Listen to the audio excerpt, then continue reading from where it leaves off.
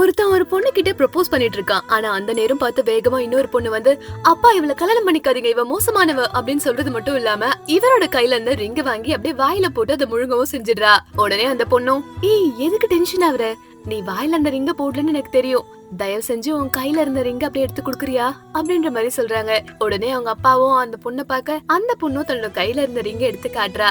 எனக்கு நீங்க கல்யாணம் பண்ணிக்கிறது பிடிக்கல, அதோ இந்த பொண்ணு வேணாம் அப்படின்ற மாதிரி சொல்றா. இருந்தாலுமே அவங்க அப்பா, என்ன பேச்சு பேசுற நீ, முதல்ல உன்னோட ரூமுக்கு போ அப்படின்ற மாதிரி மிரட்டி அனுப்பிடுறாரு. அதுக்கப்புறம் இந்த லேடி கிட்ட, அவ அப்படி பேசிருக்க கூடாது, ஆனா அப்படி பேசிட்டா என்ன மன்னிச்சிடு அப்படின்ற மாதிரி சொல்றாங்க. இத கேட்ட அந்த பொண்ணு ரொம்ப பொறுமையா, விடுங்க பரவாயில்ல, இதனால என்ன, சின்ன பசங்களுக்கு எல்லாம் அவ்வளவா தெரியாது இத பத்தி அப்படின்ற மாதிரி சொல்றது மட்டும் இல்லாம, உடனே இவரும், சரி நான் கேட்ட கேள்விக்கு நீ பதிலே சொல்லலையே, என்ன கல்யாணம் பண்ணிக்கிறியா அப்படின்ற மாதிரி கேக்குறாரு. அதுக்கு அந்த பொண்ணும், வேணாங்க பொண்ணு ரொம்ப டிஸ்டர்பா இருக்கா, அதனால கொஞ்ச நாள் போட்டோ வெயிட் பண்ணா இருங்க அப்படின்ற மாதிரி சொல்றா. தன்னோட பொண்ணோட ஃபீலிங்கும் புரிஞ்சுக்கிறான்னு சொல்லி இவளை ரொம்பவே நம்பி அவளை ரொம்ப லவ் பண்ணிட்டு இருக்கா. இந்த மாதிரி சமயத்துல திடீர்னு அவ போன் பண்ணி, நான் இங்க வீட்டுல தான் இருக்கேன், நாளைக்கு வீட்டுக்கு வரியா அப்படின்ற மாதிரி யார்கிட்டயே சொல்றாங்க.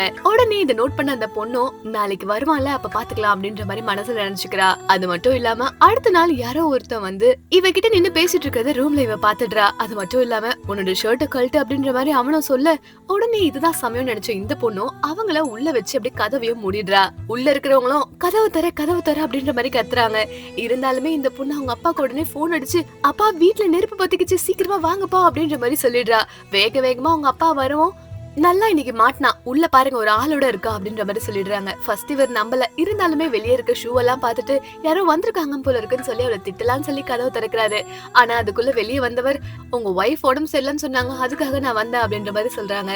அந்த நேரம் பார்த்து இவளும், ஆமா எனக்கு ரொம்பவுமே முடியாத ஒரு நோய் இருந்தது, எனக்கு அந்த அளவுக்கு நிறைய காசெல்லாம் இல்ல அதை சரி பண்றதுக்கு, அதனால என்னால முடிஞ்ச அளவுக்கு தான் என்னால ட்ரீட்மெண்ட் எல்லாம் பண்ண முடிஞ்சது, அதனாலதான் இந்த டாக்டர் நான் கூப்பிட்டு இருந்தேன் அப்படின்ற மாதிரி சொல்றா.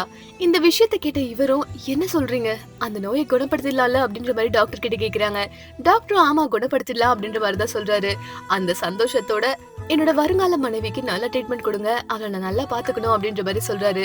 கொஞ்ச நேரத்துல அந்த பொண்ணும் கையில ஒரு உண்டியல் எடுத்துட்டு வந்து, இந்தாங்க, இதை நான் நாய்க்குட்டி வாங்கலான்னு வச்சிருந்தேன், பட் இருந்தாலும் இது உங்களுக்கு தேவைப்படும், என்ன மன்னிச்சிடுங்க, உங்களை நான் தப்பா புரிச்சுக்கிட்டேன் அப்படின்ற மாதிரி அவங்க கிட்ட மன்னிப்பு கேக்குறா. இந்த வீடியோ உங்களுக்கு பிடிச்சிருந்தா மறக்காம லைக் அண்ட் சப்ஸ்கிரைப் பண்ணிக்கோங்க.